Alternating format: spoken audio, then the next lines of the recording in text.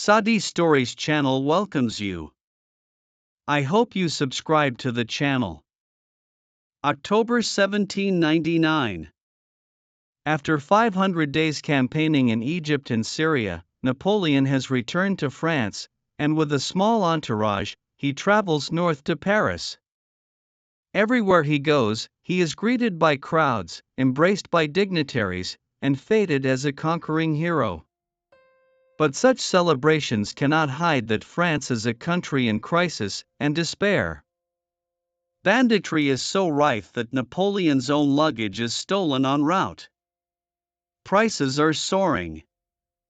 So too are taxes. Trade has been decimated by years of war and blockade. There is conscription, censorship, and corruption. Abroad, France once more faces a powerful coalition of enemies. And though General Massena's brilliant victory at Zurich has won respite, France is not safe yet. But in Bonaparte, many see a savior for the country. Thanks to his own propaganda, everyone has heard of his brilliant victories in Italy and Egypt. His name is celebrated in newspapers and plays. The air rings with cries of hurrah for Bonaparte. He will save the country. Not everyone is thrilled by the general's return. At the very top of French government, some wonder if Bonaparte should not be court-martialed for abandoning his army in Egypt, and now, flouting France's quarantine laws. However, Napoleon does now have a letter from the Directory ordering his return to France, though he acted before receiving it. There's also concern that a move against such a hugely popular general could easily backfire. For his part, Napoleon regards the government with contempt, a sentiment he's happy to share in private. Over breakfast, he tells General Thibault, "These men are bringing France down to the level of their own blundering. They are degrading her." Well, what can generals expect from this government of lawyers? To Napoleon, it's self-evident that he would do a better job, given all his glorious achievements in Italy and Egypt. Since 1795, France has been ruled by the Directory, a five-man executive whose members hold power for 5 years. In 1799, its members are Paul Barras, Napoleon's first patron, infamously corrupt and dissolute, but a shrewd political operator. He has been a permanent member of the Directory since its formation. Emmanuel Joseph Size, a former priest, who wrote the Revolution's most famous political pamphlet, now regarded as the leading political thinker in France. Then 3 staunch Republicans, appointed to the Directory just 4 months ago, under outside pressure. Louis Gohier, a veteran Jacobin, and former minister in the National Convention.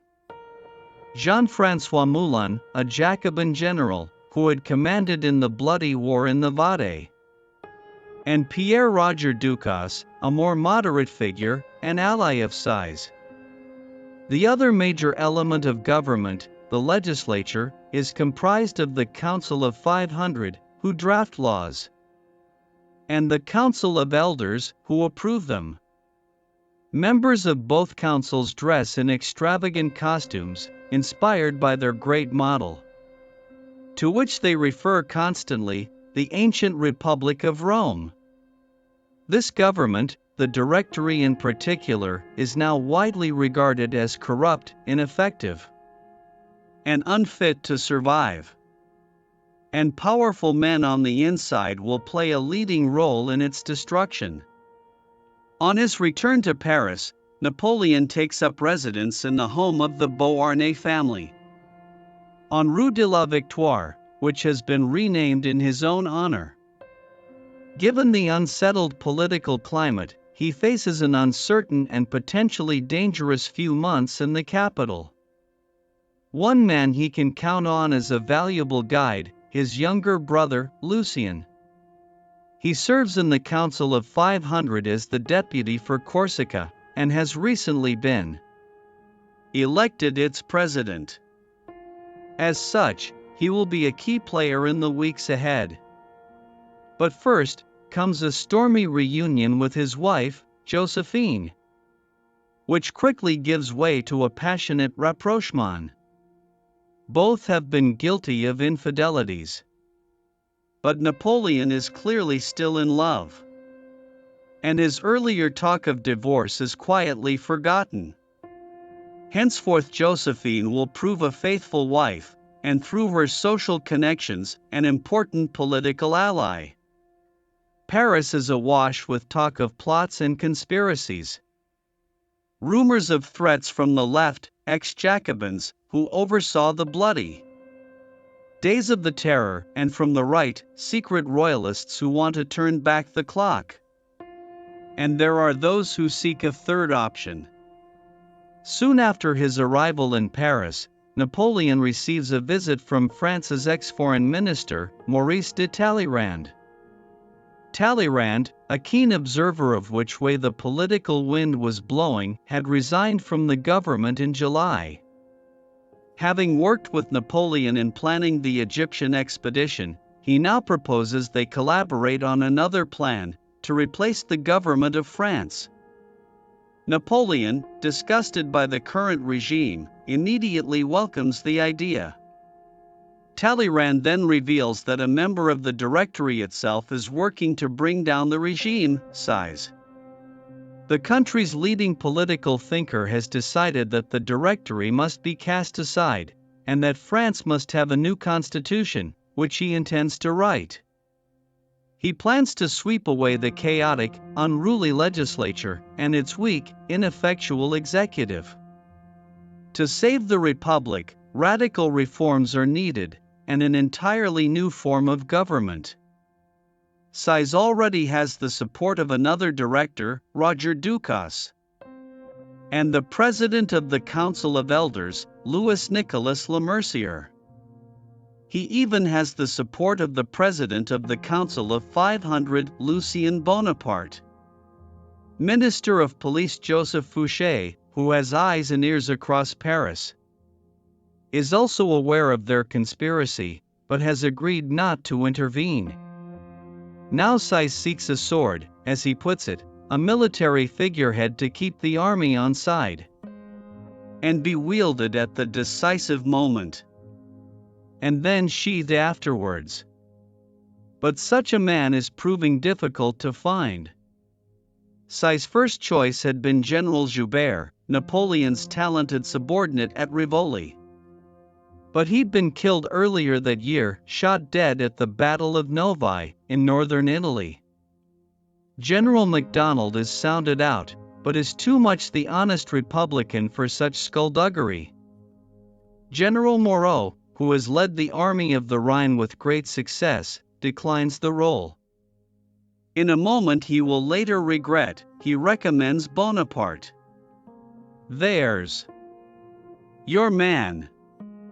He will make a better job of your coup d'état than I could. Size does not like Napoleon. His ambition is too obvious. It is Talleyrand who persuades Size that they have found their sword. On October 23, Napoleon and Size meet for the first time. They agree that the Republic is in grave peril, from enemies within and without, and that the Directory cannot meet the challenge. Within a week, they agree to launch a coup to overthrow the government of France. The conspirators plan their coup for November 7, 16th Brumaire. According to France's revolutionary calendar, the month of fog. It's a risky operation that will take 2 days, during which any number of things could go wrong. Many of the plotters take precautions. Size carries a briefcase stuffed with cash for a quick getaway. Fouché, the Minister of Police, has drafted orders for Napoleon's arrest, in case he needs to switch sides.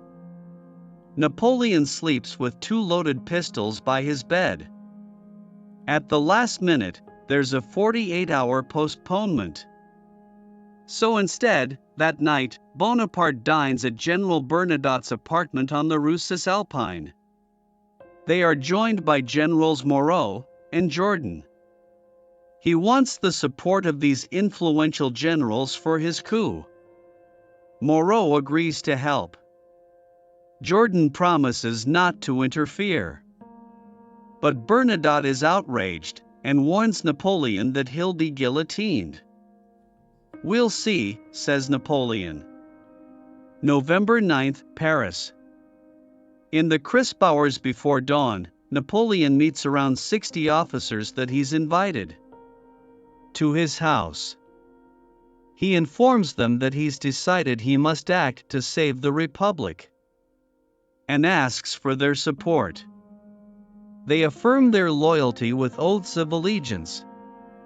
The most important man to convince is General Lefebvre, the no-nonsense military commander of Paris.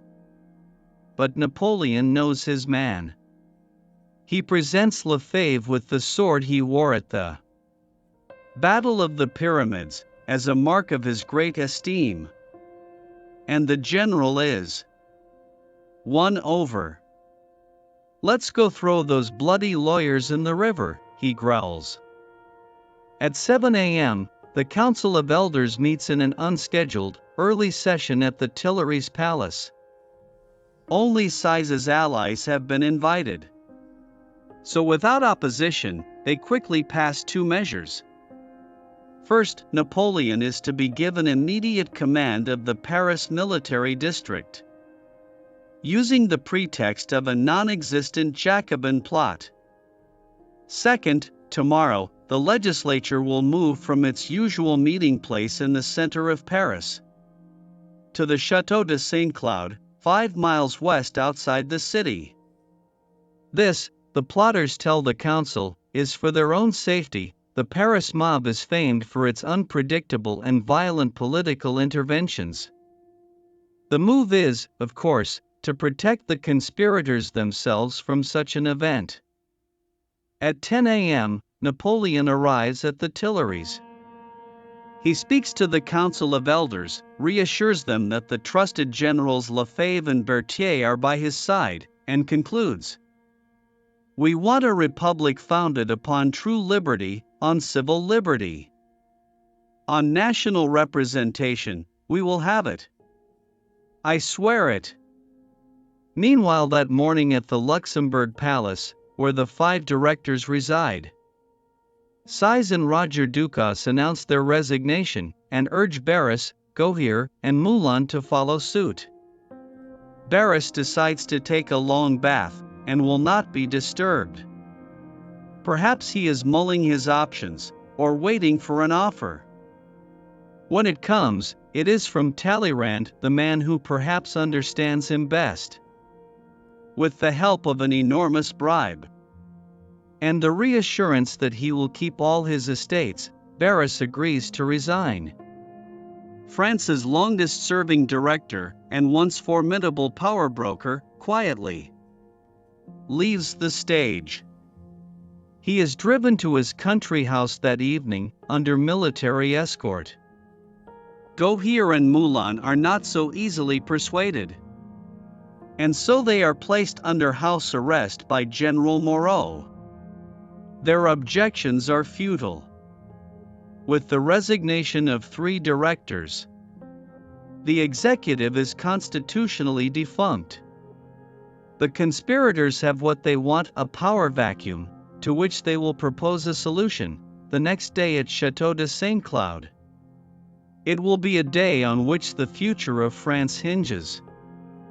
That evening, as Napoleon rides through the Place de la Concorde, where so many had died under the guillotine, he turns to his secretary.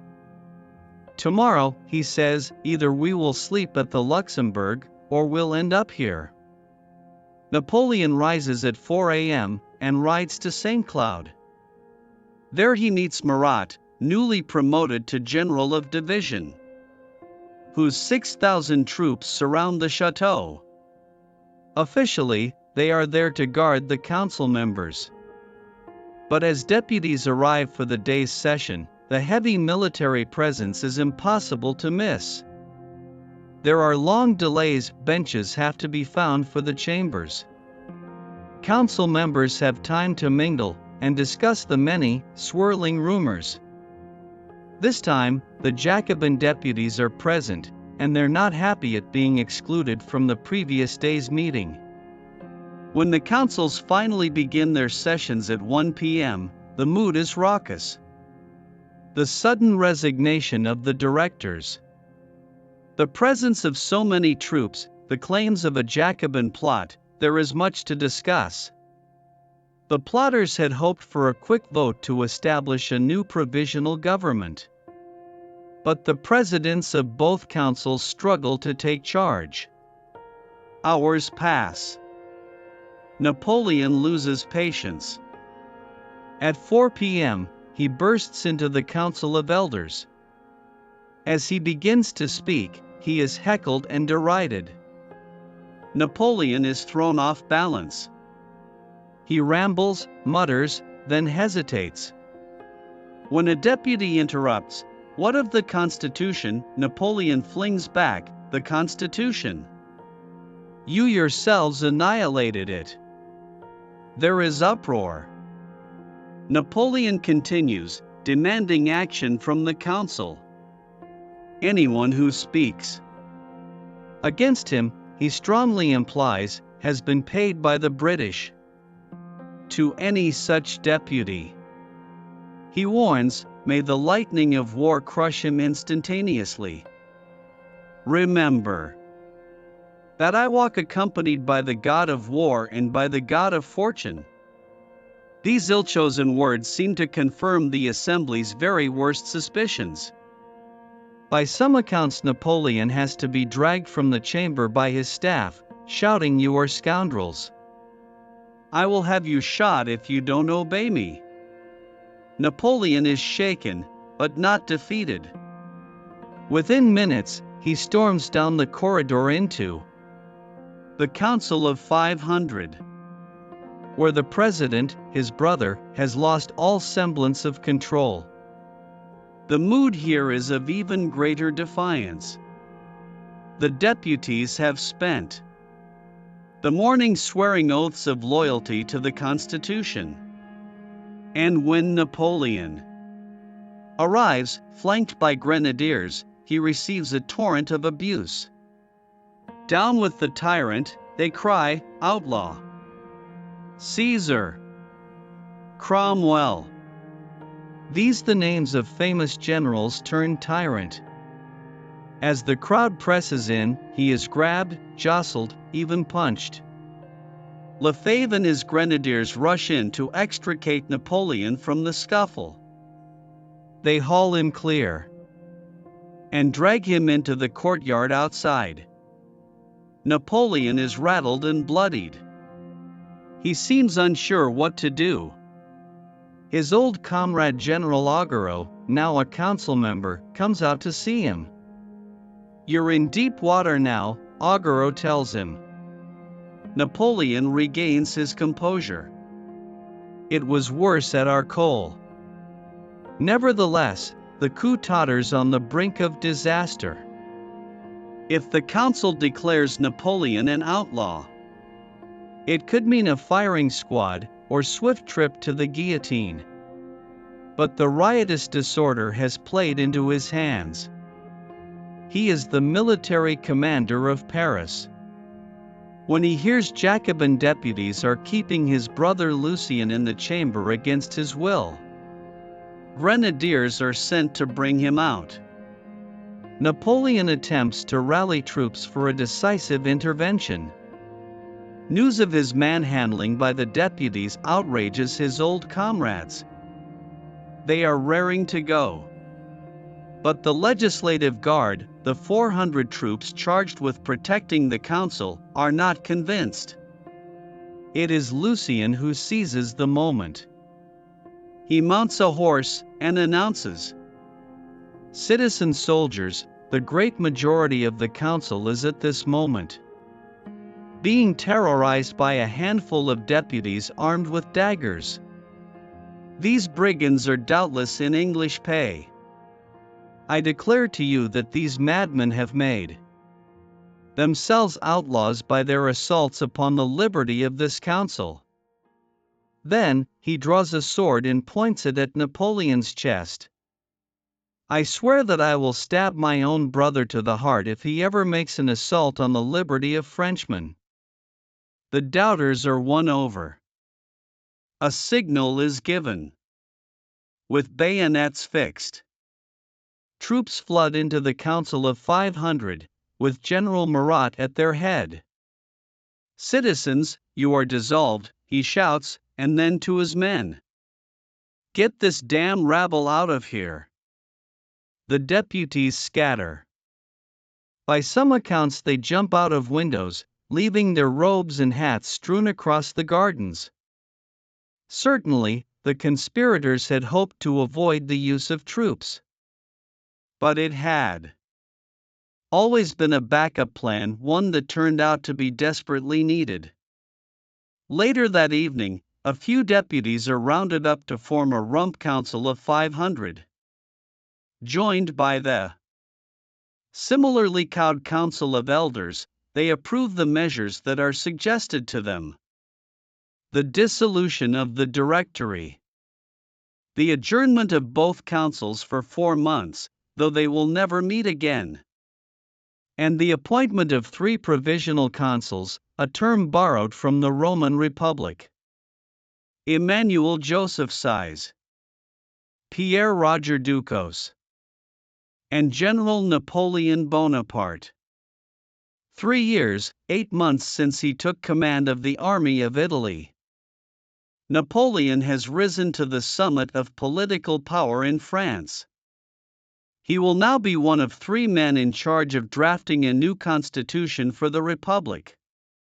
But through his brilliance, energy, and immense popularity means he will soon overshadow his 2 colleagues. Only one man will emerge to rule France. The First Consul, Napoleon Bonaparte. And what better way to cement his hold on power than a new military campaign and a return to Italy? Goodbye, my friends. I hope you subscribe to the channel.